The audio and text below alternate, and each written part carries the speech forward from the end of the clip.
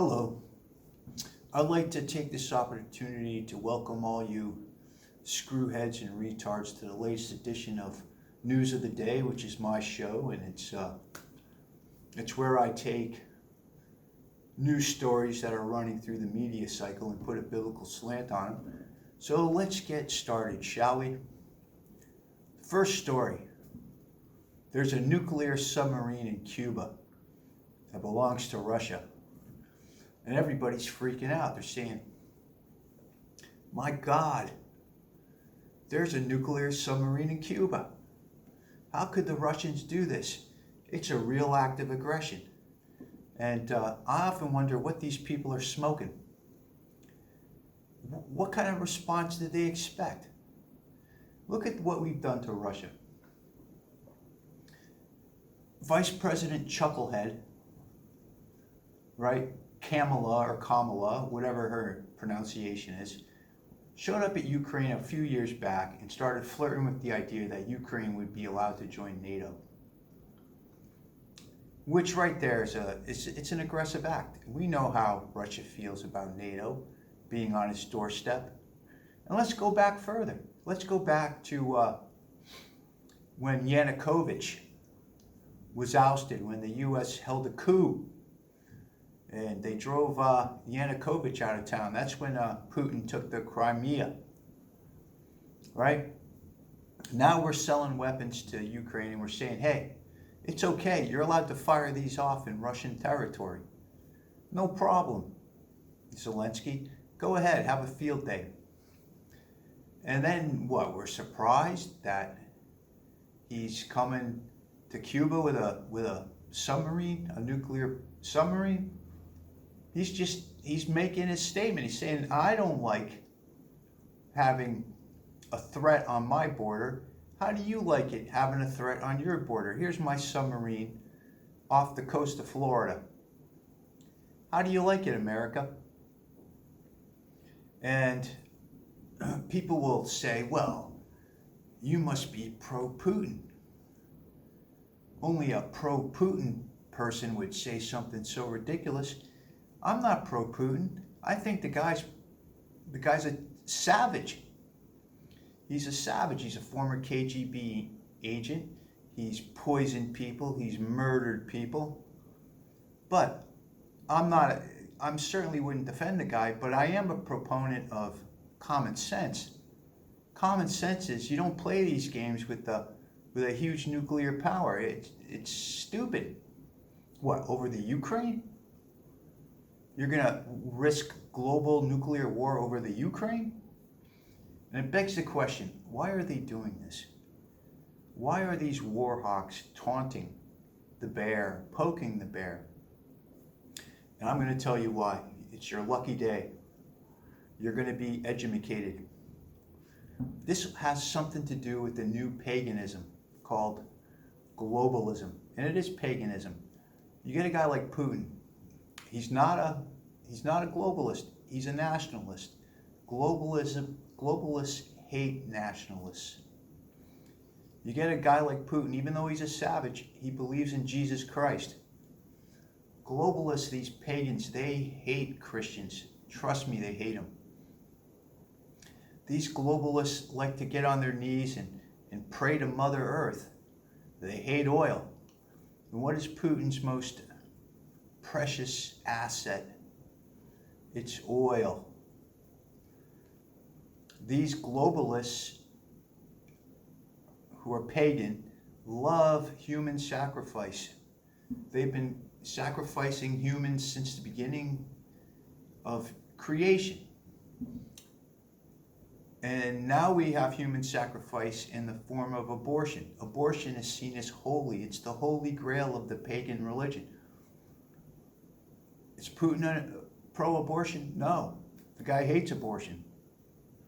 Again, he's a savage, but he does hate abortion. And lastly, pagans, I forgot what I was going to say. Abortion, here it goes, LGBTQ. You know, pagans love homosexuality and perverse sex. It's been like that forever. They would have, back in the days of the Old Testament and when Christ came along, they'd have shrine prostitutes, both male and female, orgies, you name it. Wild pagan parties. They love that kind of stuff. Is Putin pro-LGBTQ? No. He's not a Muslim. He doesn't hate it as much as, let's say, some Muslim. But he's not for it. Again, this is no defense of Putin. The guy's a savage. He would drink his beverages out of the skulls of his enemies if he had a chance. But let's not get taken in. This is no big surprise that he's got a nuclear submarine in Cuba. He's stating his case. He's saying, look, you can threaten me, that's true, but I can also threaten you.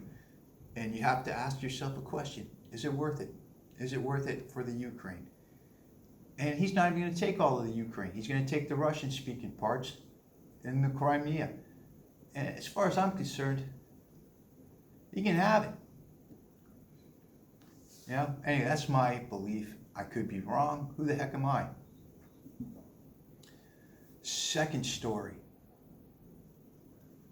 5 male athletes who decided to become women in high school. You know, they have the wig and the lipstick and the rest of it. They're now identified as female. They took state championships in 5 different states. I don't know if it's 5. It's probably more than 5 athletes. I'm thinking, but it's 5 different states where they took the state championship away from girls. You know, because they're naturally faster in track and field. They took these championships in track and field. They're naturally faster than girls. My opinion is, I can't stop laughing. You know, when the transvestites steal from the women. I love it. I love it because the proponents of these transvestites are the white progressives, who the wine-swilling, caviar-eating white progressives. And they're just setting feminism back, the feminist movement back, so far, and it's just glorious to me that, you know, men are winning beauty contests. Men are the best swimmers in female events. Men are the best runners in female events. So it's just marvelous, in my opinion, because it really sets the movement back. You know, and I'm loving it. Is there a biblical spin on that? Of course. God created them male and female. Right? Nothing else to say. I can just leave it at that. And the last story is a woman in Georgia in her 40s was raped and murdered by a illegal alien from, I believe, El Salvador. He belonged to, I believe he belonged to MS-13. And this poor woman isn't the only victim of this reprobate. He's left a trail of destruction wherever he's went. They finally caught up to him. He was in a bar in Tulsa having a few beers. And again, it begs the question, why is MS-13 in our country? Who in their right mind would let MS-13 into the country? Or other gangs of that ilk? There's a gang running around in Venezuela too, similar to MS-13, who are in our country now also. Why do we do this? Why do we allow it? I have no idea, but I do know I once saw a video, a YouTube video, but not like mine. Mine's amateurish. This was a video done by actually people who know what the hell they're doing, stating that MS-13 are just normal boys like you and me. They have part-time jobs, they cut people's grass, blah, blah, blah. But these are machete-wielding Satanists.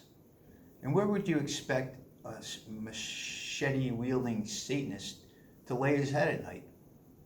Bingo, that's right, in a pagan country. In a pagan country run by progressive, wine-swilling, caviar-eating retards. And here they are. Anyway, this is my I'm at 10 minutes. I don't like to go over 10 minutes, so I'm going to stop now. I would ask you this. If you like this, press like. If you want to subscribe, press subscribe. Before I go, I want to say this to all of you. Have a wonderful day. All right, go out and make sure you have a great day today. No excuses, even if it, make it good.